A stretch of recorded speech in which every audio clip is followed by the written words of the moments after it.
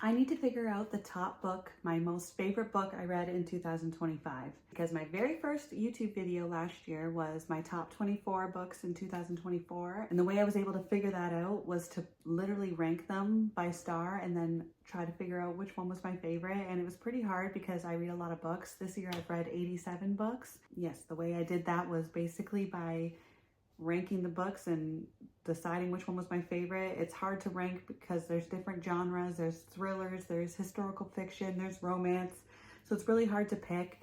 But this year I figured I would do kind of like a blind ranking, but I'm gonna allow myself to change the ranking, but that's gonna help me figure out what one was my favorite, and I figured I'd do it by stars. So in this video I'm going to be ranking all of my 5-star reads, so my absolute top reads this year, and we're going to figure out which one was my favorite. If you're new here, my name is Kate and welcome to my bookish corner of the internet where I talk about all things books and planners and all things like that. If you like what you see here, please subscribe and thank you for watching. So back to today's video, we are finding out what my absolute favorite book of the year was, because like I said, this is going to be all my 5-star reads and we're going to figure out which one was my favorite. Basically, by picking it out of this jar, I've put all my 5-star reads in here, and I'm just gonna kind of talk through each one and why they were my favorite, why I rated them 5 stars, and then at the end of the video, I'm gonna figure out which one was my favorite, because I don't even know right now. I can't think, so I gotta talk it out, and I figured instead of talking it out with myself, I would talk about it with all of you and come up with my favorite. Keep in mind, the way I read a 5-star or rate a 5-star is purely on instinct. I am not literary. I love to read, but I have the worst grammar, which is not good for making YouTube videos. But I have horrible grammar. I just like that feeling I get from books. So a 5-star is usually a gut instinct. I always rate right after I finish reading, so I don't have time to like second guess or think about what others' opinions are. I want just my gut instinct. If it's a 5-star, I'm like, that's a 5-star and I don't change it. So there's some now I probably might look back and be like, I don't know why I rated that 5 stars, but if I give it 5 stars, it is 5 stars. So I think I rated 12 books this year out of the 87 that I read 5 stars. So that's not very many. I don't give it out that often. Let's get started. We'll go one by one, pick it out of a hat. Well, not a hat, a jar. And we'll just talk about it, and then it's kind of going to be like a blind ranking where I rate them, but I'm going to be able to change. It's not going to be blind in that I'm going to be able to change it because I want to know what my favorite one is. And the only way I can is by talking it out. So let's go. Okay. So the first one here is Adelaide by Genevieve Wheeler. This book I know is one of those ones where I'm sure a lot of people wouldn't rate this 5 stars, but it just gave me a 5-star feeling after I was done, so I had to rate it 5 stars. Okay, so it's about Adelaide, who I think she's like in her mid-20s, maybe late 20s, and she has this boyfriend who she loves so much, and they just seem to have a fairy tale perfect meeting. She's kind of awkward, and the way they met was kind of cute, and she just has all this high hopes for this relationship, right? But she doesn't seem, it's almost like she has this picture in her head of how this relationship is that's not really accurate. Like, he just seems to want his space a lot, and she puts in her head that he's this perfect guy, but he's not necessarily. And it's just, I think it's about this Adelaide who she has to just kind of come to terms and kind of get to know herself and not just rely on this boyfriend, and kind of come to who she is as a person. And I think I related to it a lot. I am now 35, so I'm older than the 20s, but I went through that a lot where you want this perfect life and you force it to happen with the person you're with. You're like, it's gonna work, it's gonna work. And you just eventually have to know it's not. And I think I really related with that, so that's why I rated it 5 stars. I think I related with the main character so much. I'm not going to get into how it ends or anything, but I know that it's probably not going to be my favorite book of the year. It was just a really good read if you want that type of book where you just follow a character through their life and get that emotional feel with it, and you kind of relate to her so much. So that's why I liked it. So I don't think it's going to be my favorite, but like I have this book just to keep my own notes, but I think it would be, I don't know, I'm going to put it, like I said, I can change it, but I'm going to put it at a 4 right now. I might have even miscounted how many I have. Anyway, so the next book I have, okay, I knew when this one came up, I don't know if I'm going to rank this. It's The Reformatory by Tananarive Due. I'm sorry if I pronounced her name. Tananarive Due. I just finished this one. It's my last 5-star read. I don't want to rank this one because I normally don't rank nonfiction. And now while this is not a nonfiction book, it is a fictional story. It's too, I don't want to rank it. It's not fair to rank it against all the other books I read. It's just, it is about I think it's in the 1950s or maybe 60s. I think it's the late 50s. And it's about a 12-year-old boy, pretty much, in a family. There's a Black family who the dad had to run away because he got accused. He was very vocal in rights and human rights and stuff like that. And then he got accused of assaulting another white woman. And even though he didn't, he knew that if he didn't leave, he was going to be killed. So he takes off, leaves his, I think, there's a 12-year-old boy and an 18, I think she might be 18, or she's around that age-year-old daughter. The mother had passed away recently. So the 18-year-old and the 12-year-old are basically kind of fending for themselves with a little bit of guidance from someone. And this white boy kind of isn't treating the girl right, so he protects his sister. The white boy kicked him, so he kicked him back, and then he gets in trouble because basically they're mad at their dad. So they're like, oh, we can't find their dad, so let's lock him up. They send him to a reformatory school for boys, which it's segregated between colored and white people, but it's not, it's just a horrible place, no matter what color you are. It was a horrible place for boys, and it's based on true stories and true schools. Yes, there's a bit of interesting things because just all these killings, like these boys would die and then no one knew how. They just thought it was just the way it was, but they died because of awful things. And in the story, the ghosts could come back and kind of explain what happened to them. So that's what makes it fictional, but it's too based on true stories that I don't feel comfortable ranking it, just because it's nothing like the other books I read. It is so good of a book. I wanted to read more. I wanted it to go on forever. So I highly recommend you read it. I would put it at the top, but I'm not going to rank it because it's just nothing like the other stuff I read. Because the other stuff I read is so superficial. This one was so meaningful, and it's a story you need to read. So definitely read it. I'm not going to put it in my ranking. I'm just going to put it over here on unranked. I don't know, because it's just, there's no match for it. Okay, so the next book I have to rate is Us Against You by Fredrik Backman. And actually, this is one of the ones I own. It's right here, Us Against You. Sorry, it's backwards. It's the second Beartown novel.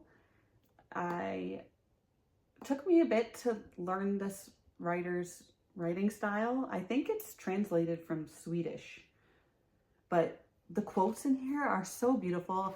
I bought this after I read it from the library. I bought it after because I usually only buy books that I really resonate with. I don't buy them before just because then I get too many books. So I buy 5-star reads. And I'm going to be highlighting like all of this because the quotes in here are just beautiful.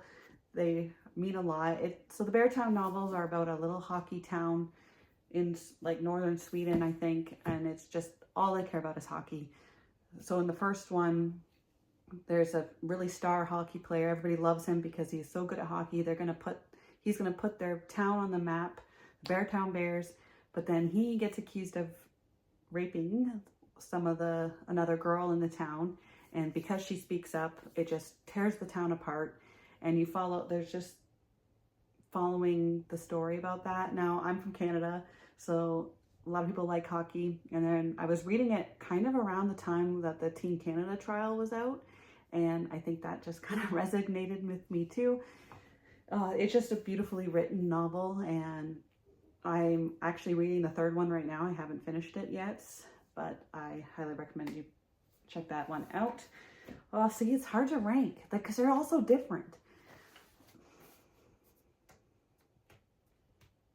Okay, I'm going to put that above Adelaide right now.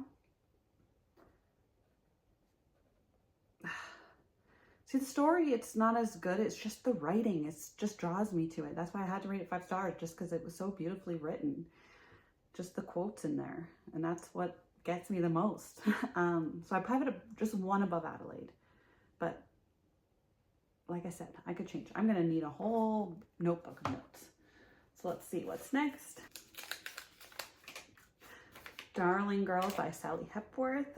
I think Sally Hepworth was my most read author this year. I loved her writing style. I loved her books.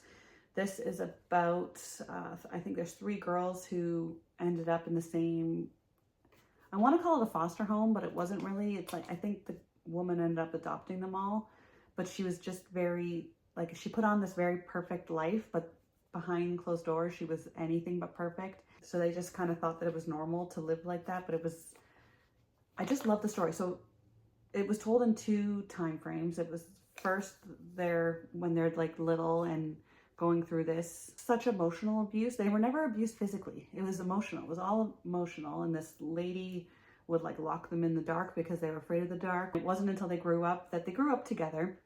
And no one believed them when they kind of like tried to tell on the foster mother. No one believed them because she had such this, everything had an excuse and everybody thought she was perfect. But a couple years down the line, they find like a 2-year-old or very young baby's body under the porch or something. So that kind of opened the investigation of what happened there. So they all come back, and it just was really interested to see, like, they grew up in the same house, but they all got affected by it differently. And I really enjoyed reading about that. This is really hard to rank. It's so hard for me to like decide which one.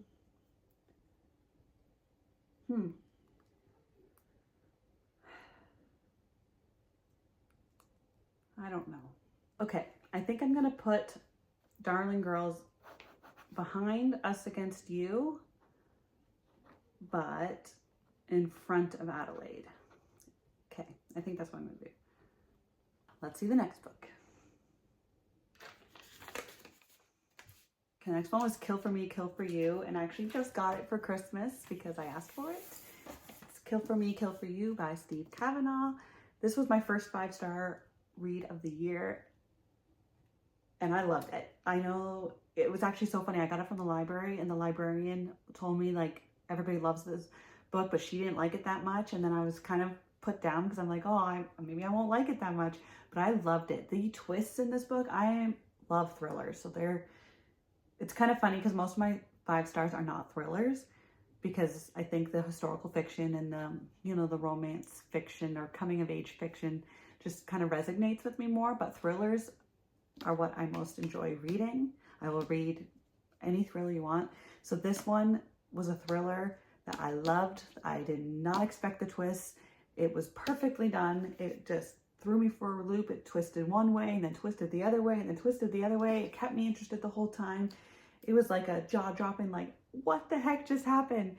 Anyway, it's about 2 women. The first one you meet, I'm so bad with names. I don't even remember the name.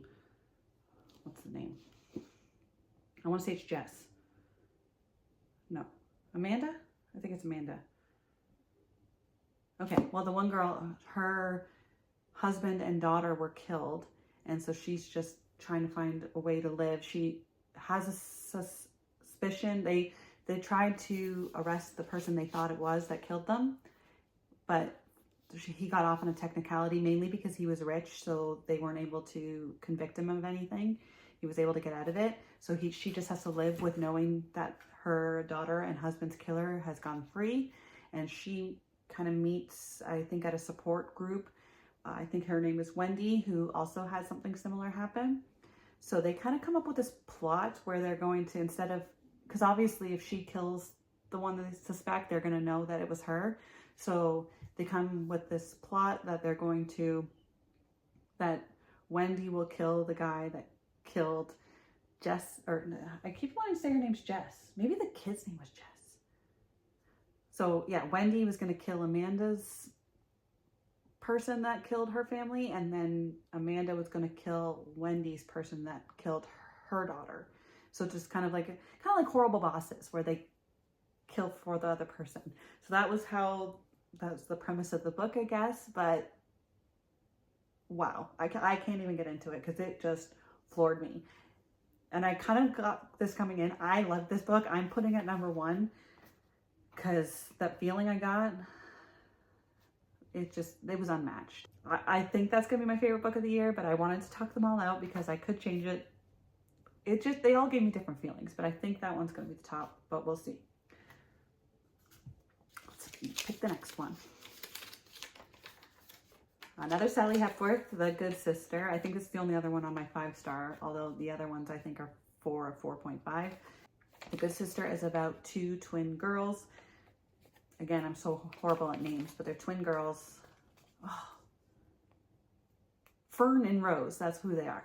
Fern is, I think she might have autism or something like that. They don't actually say that in the book, and you're kind of reading it through Fern's perspective, but she doesn't come out and say that she has autism, but she just has these, like, she knows that she can only handle certain things, like she can't go to restaurants because it just triggers her in a way that she just can't handle it. But she has a job at the library that she loves. And Rose, who's a bit, you don't really see, you kind of see her diary entries. So I think each chapter is like Fern's perspective and then Rose's diary entries. And they're twins. They grew up with a mother that probably wasn't the best mother. It's hard to say. So it's really hard to explain, but they both have, they're twins, and Fern, like, you hear her point of view and she doesn't say anything bad about her mother, but then in Rose's diary entries, there's all these awful things that her mother did, and just trying to explain, like, just how they grew up. They had to go to the library. So Fern loves the library because that's where she had her best memories, but Rose hates the library because the bad memory she has there with her mom. And I guess it's just because it was a free place for them to go, and so they just have different perspectives of how they grew up. But Fern just has these, she's definitely on the spectrum, but you don't really, she doesn't come out and say it. She explains all the things she needs. So Fern meets a man, and he actually is wonderful for her. He seems to understand her, like, needs and her wants and how to keep things routine. And he lives in a van, I guess. And they meet at the library because he needs to go shower or something like that. And I read this a while ago. I don't know. It's just a really good book because Fern needs Rose, and she's always relied on Rose to help her. And then it wasn't until she kind of meets this man that someone else is able to help her, and she slowly begins to trust this other person. So that's the premise of the story. And I think I like this one better than Darling Girls. This one I just really liked. I liked the character of Fern. She was funny, she was clever, and I just really enjoyed reading about her. So I don't know. I'm kind of thinking, I don't know. I'm kind of thinking that maybe I like this one better than Darling Girls. I'm going to need more notes. Okay. I think I'm going to put it right after Us Against You. So again, above Darling Girls, above Adelaide, and I'm going to put right below Us Against You. So The Good Sister, right below Us Against You. All right, let's pick the next one. This is a reread. I had 2 5-star rereads. I don't normally reread any books unless they're a 5-star. So this one is My Sister's Keeper by Jodi Picoult. And yeah, I love this book. The twist on this, I wouldn't call it, it's not a thriller, but it has a twist. And if you haven't read it, I can't get into it. If you've only watched the movie but haven't read the book, read the book because it is completely different. I do not know why they changed the movie. It's one of these things that bug me to this day. When it comes to a book, I don't know if it was as good as some of the other books. I still love it. Like, it's a 5-star. Like, you have to read it. I'm just, when it comes to ranking, because I've already read it, I think also that's why it's not going to be as high. but I'm probably going to put it below Adelaide. So like, I like the other books more, probably because it was my first time reading them, but I'm going to put My Sister's Keeper below Adelaide. Oh, I guess I should explain what it's about.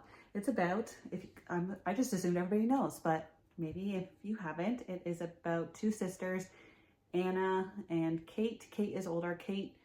There's also an older brother, Jesse, as well. So there's Jesse, then Kate. So Kate gets cancer when she's like 2 or 3. So the parents actually decide to have Anna, and instead of just conceiving Anna naturally, they basically used science to create Anna to be the exact match of Kate, so that Anna would be able to, you know, donate anything that Anna or Kate might need to heal. Anna was there to donate anything. So I think it's like the umbilical cord blood is the very first thing. And then, you know, it ends up being until she needs a kidney. And now Anna is older. I think she's like, I don't know how old she is. She's like 10 or maybe a little bit older. And she decides, I've had enough. I am not doing it. I do not want to go through any more procedures. And she decides to sue her parents for the rights to her own body and to make her own medical decisions. And so the mother's a lawyer, and she has to kind of, I don't know, it's hard because she's like, I want to protect Kate and keep her healthy, but now Anna's struggling, and now what do I do? And as a mother, I can't imagine being put in that situation. When this book came out, I know it was very groundbreaking. Everybody had their own opinions on it, and it's just hard. You want to say, like, yeah, she has the right to her own body, but that means that the other daughter dies, and it would be a very tough situation to be put in. But definitely read the book, even if you've watched the movie, because it's not the same. And then I want you to come back here and comment what you think, because wow, that is one of the biggest twists of my life. Because I've already read the book, but yeah, so I have that after Adelaide, just because I've read it before, so it wasn't as big of a twist, but probably if it was my first time reading it, it would be maybe even number 1. Okay, so I picked another reread this year is Pride and Prejudice by Jane Austen. It is like probably the oldest book I've ever read. I love it. I've read it multiple times. It's, I don't even know when it's from, the Victorian age, where women are basically get married really young, and that's what they're supposed to do. So the mother of 5 girls just wants to marry off her daughters. I can't even tell what it's about. Basically, there's these rich people come in, so the mother wants to marry her daughters off to this family because they are going to be set for life if they marry into this rich family. The one guy that's really rich, he just is very prideful and stuff like that, Mr. Darcy. And Elizabeth Bennet is very like playful and funny and not very proper. So it's just, it takes me into a whole different time period. I don't know if I'd want to grow up in that time period because it's so different from now, but I just love putting myself into the story just because it's so nice to read about and put myself into that time.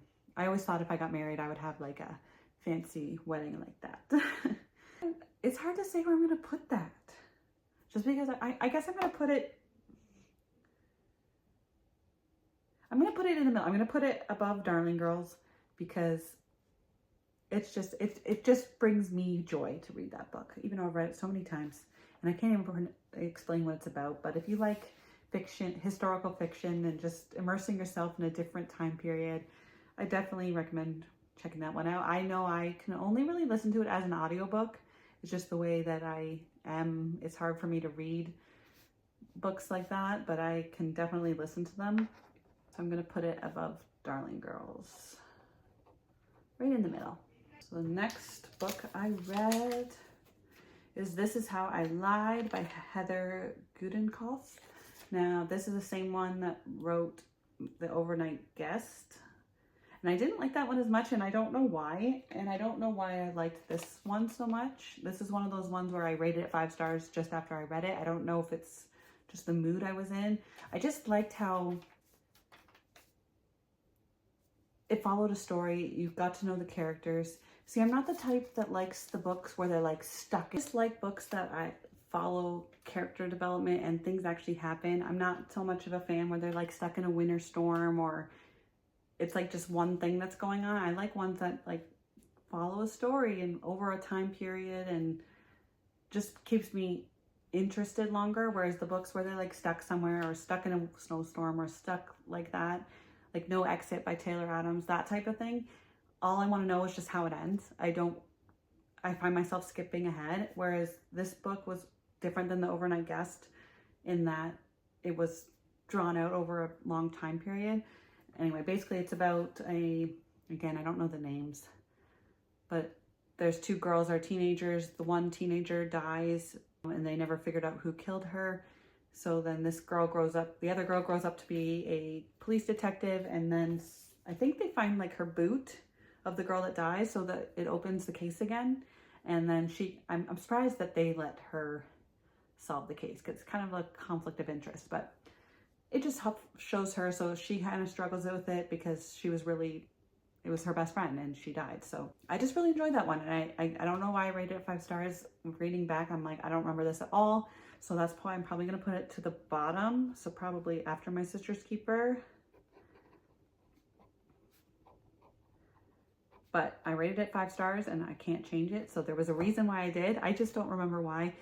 It still is a good book. I would say read it because I liked it. I rated it 5 stars. But it doesn't hold up to the other ones. It didn't stick with me as much as some of the other ones I read this year. And now this is my last one. So we're going to know the final rating after this. I think I had too many books. Maybe I didn't read 12 books. Anyway, the last one is When She Returned by Lucinda Berry. This is, I think, my 3rd Lucinda Berry, but this is the second, or no, I've read a lot more than that. I lied. But this is only the second one I rated a 5 star. I like Lucinda Berry novels, but this one I loved. It was about basically this mother goes missing when she goes into like a Target or something, and then she's gone. No one knows where she went, and I guess she was in a cult. She ran so they thought she went missing, but actually she chose to left. She chose to like get involved with this cult.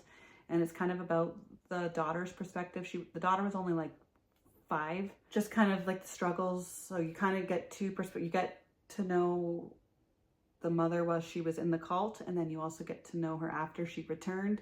And she's very skittish because basically she has to run for her life. If she didn't escape the cult, she would have been killed. So she had to escape. And I've never read a book about a cult before, and this was so interesting. And if you ever read Lucinda Berry novels, you know that the endings mess with you. Like you need therapy after that, because it messes with your head. And I loved the ending of this, even though it is not comfy. It is not a comfortable ending. And normally I like closure, but this one, whoa, I loved it. Now with the ranking, yeah, just for the ending. You need to read this just for the ending, because, oh my gosh, it was insane. And I just find reading about cults pretty interesting. I've never read a book about a cult, maybe like 1 or 2, but it wasn't like the main focus of the book. This one was,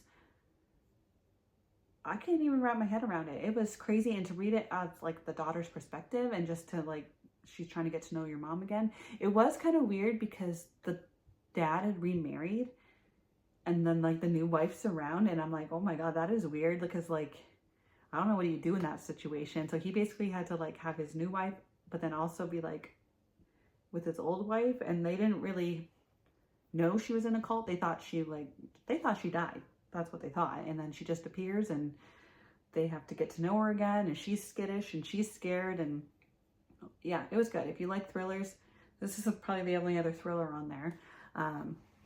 Definitely read it. I'm going to put it after The Good Sister. I think I miscounted and I did not read 12 books. 1, 2, 3, 4, 5, 6, 7, 8, 9, 10. I only read 10. So this is the final thing. We got Kill for Me, Kill for You by Steve Cavanagh. Was my favorite book of the year. I think it was just the time I read it. I just loved the twists. It's my favorite type of book. It's the thriller with lots of twists that you don't expect. If that's up your alley, you're going to love this book. Highly, highly recommend. And then I got Us Against You by Fredrik Backman. this one is just purely for like just the beautiful quotes in the book. I would probably highlight the entire book just with quotes I want to remember. It's just beautiful. And so it's tough to read too. It's about people that go through really hard times, and I just liked his writing. And then I have the good sister, that the character in there, Fern, that's why I rated it so high. She was it was so interesting to read about it. And then I got When She Returned by Lucinda, and that's just because I really liked the ending of that book. The ending floored me. Then Pride and Prejudice, just because I like to be in that time period, and it's just such a happy thing for me to read. Then Darling Girls, this was my first Sally Hepworth novel, and I just liked the 3 different perspectives and the 3 different time periods, or I guess 2 different time periods. If you like that type of book, I like that one. Then Adelaide, just because of how I related to the main character so much. That was definitely me in my 20s, and I totally get where she was, and it was just, I probably could have wrote that book. It was, well, I couldn't have wrote it, but I related to it that much. And My Sister's Keeper, just because that twist, wow, I can't even describe it. And then it's just so emotional. It tugs at your heartstrings, and if you're into that kind of book. And then This Is How I Lied was the last one. And then, you know, honorary mention to the Reformatory, because I can't put that in a ranking. It doesn't fit in the ranking. So highly recommend you check that one out. Even though it is fiction, it is hard to read because it is based on true events. It's heartbreaking to know that these schools existed, and definitely read that one. But there you have it. Those are my favorite books of the year. Those are my 5 stars. I think I'm going to continue on with this and do the 4.5 stars, and then maybe the 4 stars and 3.5 stars if you like this video. Comment below. Tell me if you agree or you don't agree, or if you like have totally different opinions. I love to talk about books, and I would love to know why you would rank them differently. But anyway, if you like this video, hit subscribe, and I'll see you next time.